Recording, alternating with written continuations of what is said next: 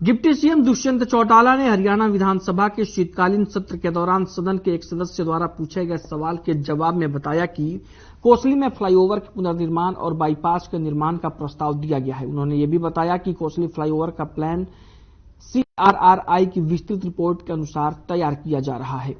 उन्होंने कोसली बाईपास निर्माण के लिए कहा कि सरकारी भूमि उपलब्ध नहीं है और निजी भूमि खरीदे जाने की आवश्यकता है। उन्होंने बताया कि भूमि की खरीद का मामला ई-भूमि पोर्टल के माध्यम से शुरू किया गया था, लेकिन भूस्वामियों द्वारा भूमि की उच्च दरों की मांग के कारण इसे छोड़ना पड़ा। अब वैकल्पिक समाधान का पता लगाया गया है और उस पर विचार किया जा रहा है।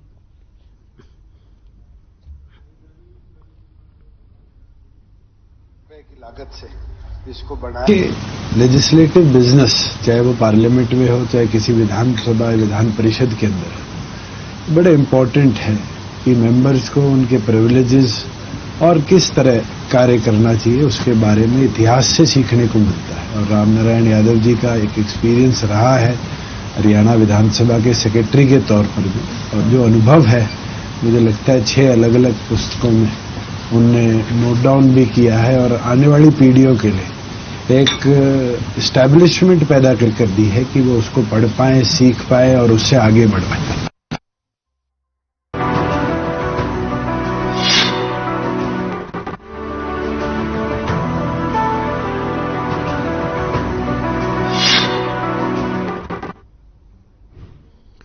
हरियाणा विधानसभा के शीतकालीन सत्र के दौरान सदन में कोसली में फुट ओवरब्रिज का पुनर्निर्माण और बाईपास का मुद्दा उठा। इसके जवाब में डिप्टी सीएम दुष्यंत चौटाला ने कहा कि कोसली ऊपरगामी पुल के पुनर्निर्माण के लिए अनुमानित लागत का प्रस्ताव तैयार किया जा रहा है।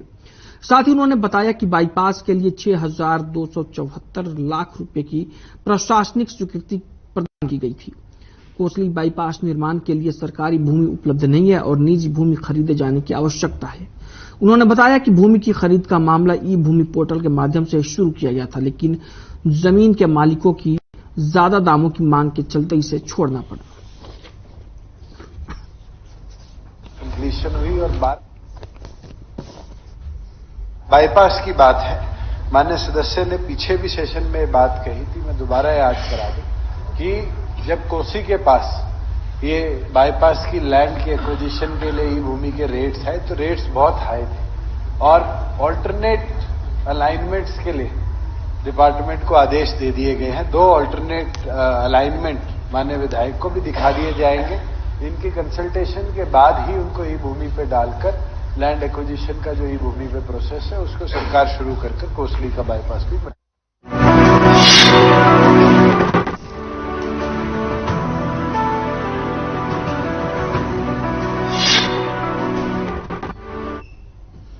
इन दिनों उत्तर भारत के लोग कड़ाके की ठंड और शीतलहर का प्रकोप झेल रहे हैं। पिछले कई दिनों से घना कोहरा पड़ रहा है, जिसके कारण लोगों का जनजीवन भी प्रभावित हुआ है और इसका सबसे ज्यादा असर फुटपाथ पर रहने वाले लोगों पर पड़ रहा है। सरकार की तरफ से लोगों की सुविधा के लिए रैन बसेरों की व्यवस्था की गई है।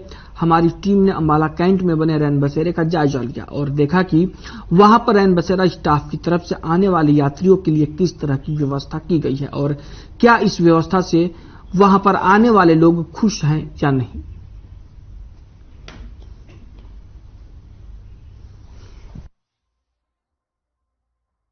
बहुत अच्छी है जी, बहुत बढ़िया है जी, बहुत सही तरीका है जी। आज बताया जी आपने भी मासिक जरूरी है, तो मासिक बगैर नहीं आना। आज तो हमारे पर गलती क्यों, आगे मर्द पसंद था जी, तो आपने बोलिया आगे वास्ते बिल्कुल पक्का रखांगे, मासिक जरूर लेवांगे जी जब भी आना हमारा जी। और यहाँ की सफाई सफाई तो बहुत अच्छे तरीके से है जी, बहुत ही बढ़िया तरीके से सफाई हुई, कोई परेशानी नहीं, बहुत ही सफाई का इंतजाम बहुत। कंबल दिया गया है, साफ सफाई बढ़िया है, अच्छे बढ़िया तरीके व्यवहार अच्छा है यहाँ का स्टाफ का, कोई दिक्कत नहीं है यहाँ पर। सभी लोग हमारे साथ में आके सभी लोग लेटे हैं, कोई दिक्कत नहीं है। यहाँ की व्यवस्था से आप खुश हो? जी बिल्कुल खुश हैं यहाँ की व्यवस्था से। हाँ, यहाँ के स्टाफ ने कोरोना गाइडलाइन बताई हमें, लेकिन हम मास्क नहीं लेके आ पाए, अगली बार से हम ध्यान रखेंगे। यहाँ पे पैसेंजर जो आता है, यात्री जो ठहराव के लिए है, गद्दा कंबल सुविधा दी जाती है और शाम को 6 बजे एंट्री शुरू होती है, सुबह 6:30 बजे तक खाली करना होता है इसको। और यहाँ पे गर्म पानी की व्यवस्था भी है, नहाने के लिए बाथरूम में सब कुछ है, फुली मेंटेन। ऐसी बात नहीं।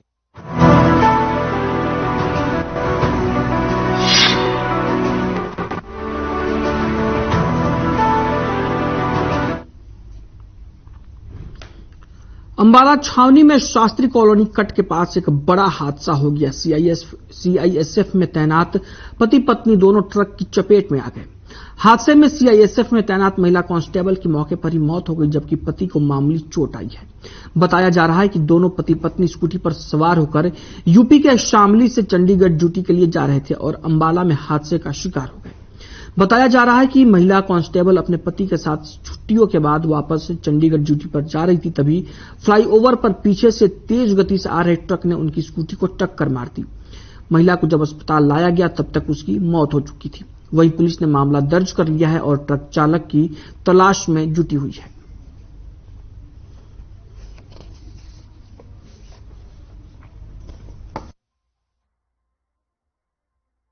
हम घर से आ रहे थे छुट्टी से, 10 दिन की छुट्टी गए थे हम। सीएसएफ पे जॉब करते थे हम दोनों हस्बैंड वाइफ।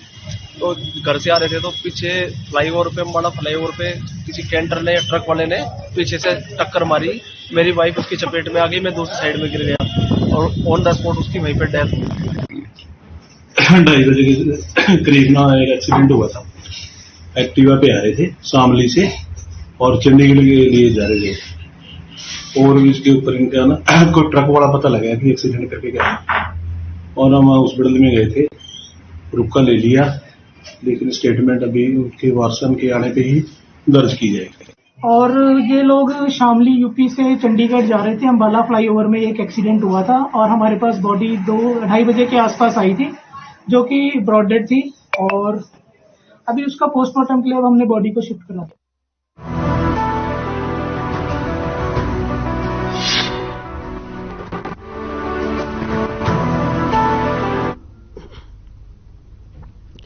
यमुनानगर में गुंडागर्दी का मामला सामने आया है। आपको बता दें कि मामला बुढ़िया क्षेत्र का है, जहां स्कूल से घर लौट रहे 10वीं के छात्र पर कार सवार युवकों ने लोहे की रॉड से हमला कर दिया। इस हमले में युवक गंभीर रूप से घायल हो गया। सारी घटना सीसीटीवी में कैद हो गई। छात्र के परिजनों की शिकायत पर मामला दर्ज कर जांच शुरू कर दी गई है। वहीं घायल छात्र का सिविल अस्पताल में इलाज चल रहा है।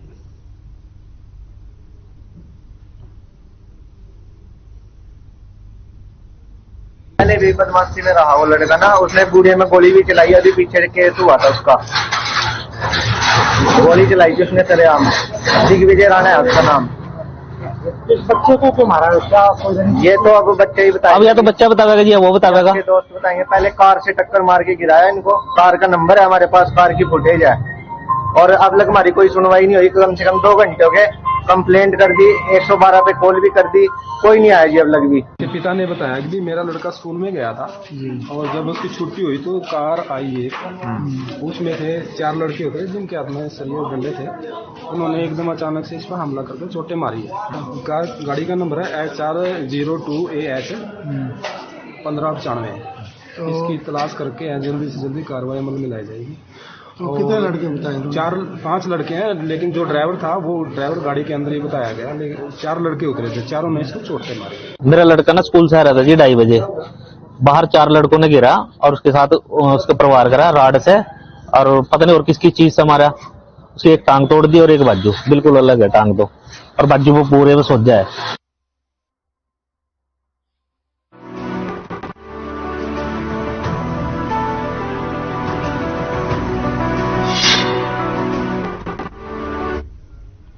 कुरुक्षेत्र पुलिस ने वाहन चोरी के वारदातों पर रोक लगाने की कार्रवाई करते हुए मोटरसाइकिल चोरी के आरोप में 3 लोगों को गिरफ्तार किया है। मोटरसाइकिल चोरी के कई वारदातों का खुलासा हुआ है और साथ ही चोरी की गई 5 मोटरसाइकिल बरामद की गई है। मोटरसाइकिल चोरी के 3 आरोपियों को गिरफ्तार भी किया गया। अपराध अन्वेषण शाखा 2 की टीम ने मोटरसाइकिल चोरी के आरोप में गिरफ्तार अमित कुमार साहिल और विकास को रावलखेड़ी थाना शाहबाद से गिरफ्तार किया है। पुलिस की पूछताछ में 5 वारदातों का खुलासा हुआ है।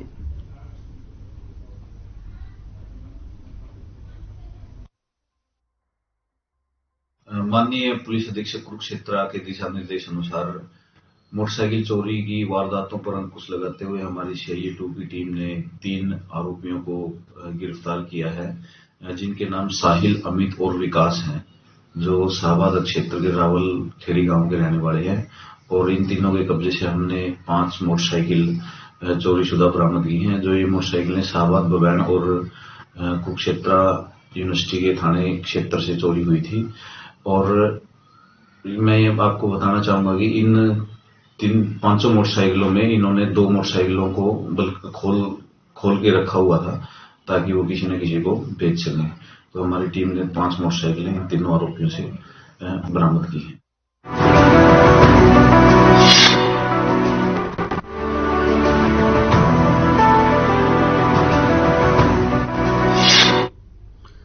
हरियाणा के यमुनानगर में अपराधियों के हौसले बुलंद है। यमुनानगर के थाना बुढ़िया क्षेत्र में के एक स्कूल के बाहर जैसे ही 10वीं कक्षा का छात्र आया उस पर कार चढ़ाने का प्रयास किया गया।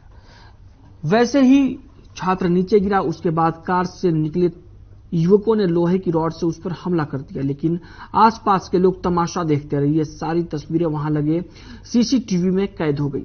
घटना के 3 दिन बाद भी अपराधियों की गिरफ्तारी न होने पर परिजनों ने बुढ़िया इलाके में जाम लगा दिया। परिजनों ने पुलिस प्रशासन के खिलाफ नारेबाजी की। 1 घंटे बाद डीएसपी राजीव मौके पर पहुंचे। उन्होंने आरोपियों की शीघ्र गिरफ्तारी का आश्वासन दिया। मीडिया से बातचीत करते हुए डीएसपी राजीव ने कहा कि पुलिस ने 26 दिसंबर को ही घटना वाले दिन मामला दर्ज कर लिया था। इस मामले में सीसीटीवी भी कब्जे में ले ली गई है और आगे की कार्रवाई में पुलिस जुट गई है।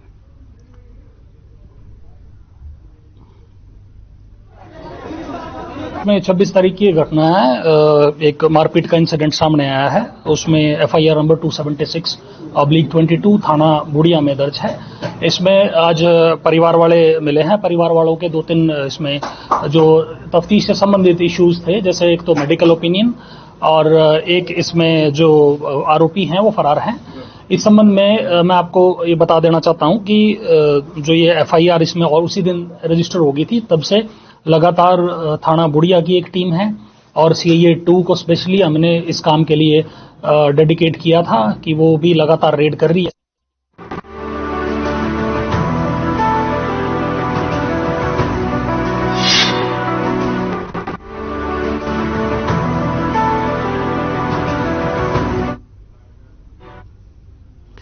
हरियाणा सिख गुरुद्वारा प्रबंधक कमेटी के पूर्व प्रधान सरदार जगदीश सिंह झिंडा कुंडरी पहुंचे। इस दौरान पत्रकारों से बात करते हुए उन्होंने बताया कि वो सरकार द्वारा बनाई गई हरियाणा सिख गुरुद्वारा प्रबंधक कमेटी के सदस्य थे, लेकिन कुछ दिन पहले ही उन्होंने अपने पद से इस्तीफा दे दिया क्योंकि हरियाणा में के सिख के लिए बनाई गई कमेटी से वो संतुष्ट नहीं है। और हरियाणा के सिखों का कहना है कि जिन सिखों ने हरियाणा में सिखों की कमेटी के लिए संघर्ष किया है, उन्हें भी हरियाणा सिख गुरुद्वारा प्रबंधक कमेटी में स्थान दें। उनका कहना है कि सरकार अगर चाहे तो हरियाणा में रह रहे सिखों से जनमत कराकर उनके द्वारा किए गए सिखों की कमेटी बनाए ताकि सभी हरियाणा के सिख इससे संतुष्ट हो सके।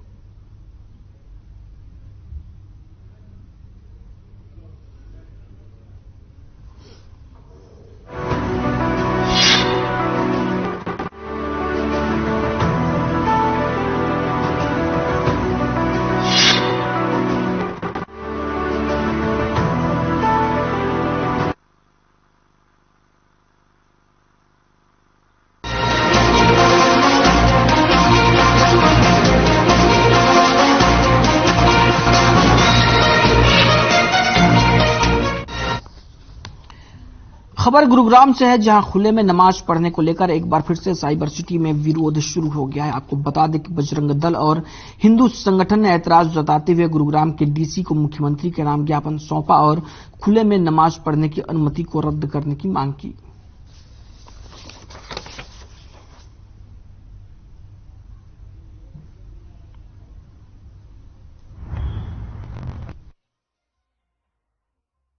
देखिए, हमने आज से 1.5 साल पहले मुख्यमंत्री जी ने मना कर दिया था कि यहाँ पर कोई भी नमाज खुले में नहीं होगी। वह गृह मंत्री जी ने भी बोल दिया था कि खुले में कहीं पर भी नमाज नहीं होगी। और उसके बावजूद भी ये उनको पता नहीं कहाँ से इतना सपोर्ट मिलता है जो खुले में नमाज करने पे मजबूर हो जाते हैं। वो कहीं बाहर से सपोर्ट मिलता है, कहीं बाहर से फंड आता है इनके पास, ये पता नहीं ऐसा क्यों करना चाहते हैं। जी साहब को ज्ञापन दिया है और उसमें ज्ञापन में स्पष्ट लिखा है जब सभी जगहों पे नमाज बंद करने का आदेश है तो ये कुछ जगहों के नाम पर बहुत जगहों पे पढ़ रहे हैं। तो 100 करते हम 6 पढ़ रहे हैं, 6 नहीं बहुत ज्यादा नमाज पढ़ी जा रही है और जैसे भी जहां हमारे संज्ञान में आएगा हम उसको रोकेंगे। ये मैंने लिखित में ही पढ़ लिया, इन्होंने मौखिक की बता दी। ये नमाज से रिलेटेड है जो गुड़गांव में खुले में पढ़ी जा रही है, जो इन्होंने मेरे को ये अपनी जो भी है इसमें अवगत कराया है अपनी ज्ञापन के तहत, तो मैं इसको अपने उपायुक्त महोदय जी को अभी बता देता हूँ मौखिक और लिखित दोनों।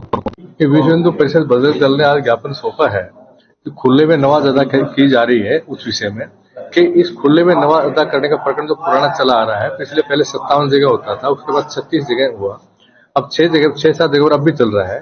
तो विश्व हिंदू परिषद बजरंग दल ये मांग करता है कि खुले में नमाज टोटली बंद की जाए। जो माननीय मुख्यमंत्री जी ने आदेश कर दिया कि खुले में नमाज नहीं पढ़ी जाएगी, उसके बावजूद ये मनमानी तरीके से मनगढ़ंत बातें बढ़ा करके और जगह जगह नमाज अदा करते हैं, वो बंद किया जाए।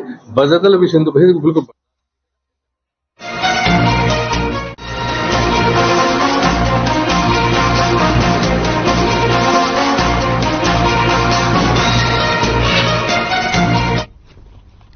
खबर झज्जर से है, जहां दी रेवेन्यू पटवारी और कानूनगो एसोसिएशन के सदस्यों ने लघु सचिवालय में धरना दिया। आपको बता दें कि हड़ताल के तीसरे दिन एसोसिएशन की तरफ से करीना उपमंडल पर धरना प्रदर्शन किया गया, जहां प्रदेश भर में पटवारी अपनी वेतन विसंगतियों को ठीक करने की मांग कर रहे हैं। अपनी इस मांग को लेकर दी रेवेन्यू पटवारी और कानूनगो एसोसिएशन ने 3 दिन की हड़ताल की शुरुआत की थी।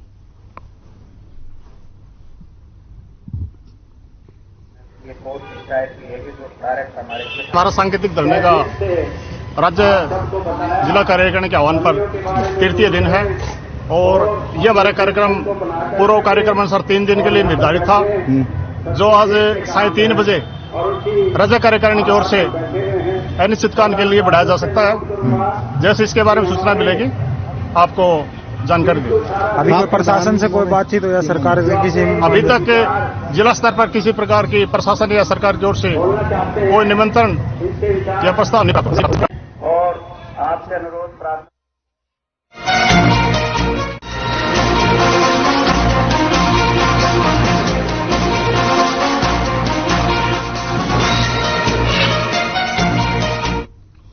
झज्जर में बेखौफ चोरों ने एक ही रात में 9 दुकानों के ताले तोड़कर चोरी की वारदात को अंजाम दिया और मौके से फरार हो गए।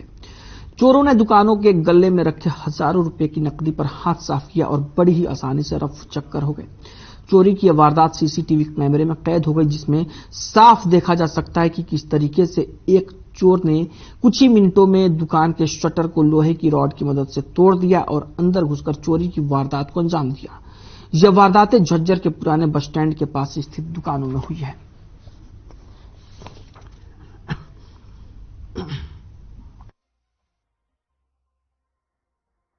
जैसे आज हमें पता लगा कि दुकानों के 8 और फिर एक दुकान का और ही मामला आया है, 9 दुकानों में चोरी हुई है, ताले टूटे हुए हैं। लेकिन इस एकदम इतनी ज्यादा चोरी होने पर व्यापारियों में भयंकर होश है और ये सारी हमें तहकीकात करनी पड़ेगी कि रात को पुलिस गश्त थी कि नहीं, चौकीदार वहां पर ड्यूटी में था कि नहीं, और इस तरह की वारदात भविष्य में ना हो। हम पुलिस प्रशासन से कहते हैं कि ठोस कदम उठाए जाएं। रात को यदि राइडर की कमी है तो राइडर घूमे, पुलिस की जीपें घूमनी चाहिए। तो इस बारे में व्यापारी में बेहद रोष है।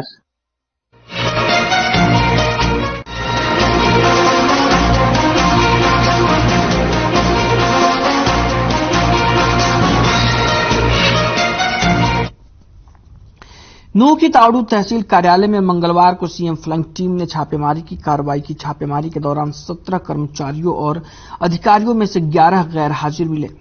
मंगलवार को तहसील परिसर में सीएम उड़नदस्ता टीम की कार्रवाई से हड़कंप मच गया। टीम को छापेमारी के दौरान कई अन्य खामियां भी मिली। उड़नदस्ता टीम ने एक रिपोर्ट बनाकर उच्च अधिकारियों को भेज दी। सीएम फ्लाइंग के डीएसपी राजेश चेची ने बताया कि गुप्त शिकायतें आ रही थी कि तावड़ू तहसील कार्यालय में कर्मचारी और अधिकारी समय पर नहीं पहुंचते हैं। अधिकारियों और कर्मचारियों की समय पर नहीं पहुंचने से उन्हें घंटों तक इंतजार करना पड़ता है। आमजन की शिकायतों के मद्देनजर उड़नदस्ता टीम ने यह छापेमारी की।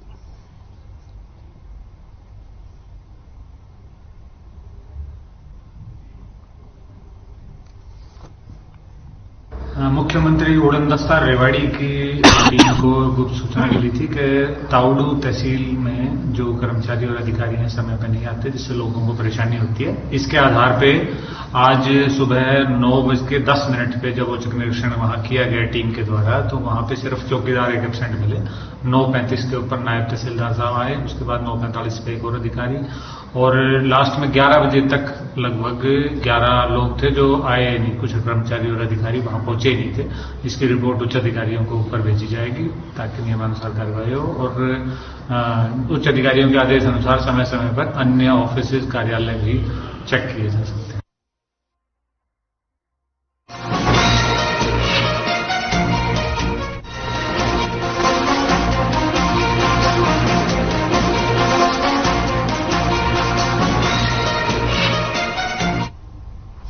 खबर भिवानी से है, जहां रैन बसेरों के पुख्ता इंतजाम किए गए हैं। आपको बता दें कि जहां एक ही समय में 40 से 50 राहगीर आश्रय पाकर अपने को ठंड से बचाते हुए रात गुजार सकते हैं। वहीं इन दिनों जब रात का तापमान 4 डिग्री तक पहुंच जाता है, तब कंपा देने वाली ठंड जानलेवा साबित होती है। इसी को ध्यान में रखते हुए प्रदेश सरकार द्वारा सभी जिलों में जिला परिषद, नगर पालिका और नगर निगमों के माध्यम से रैन बसेरों की व्यवस्था की गई है।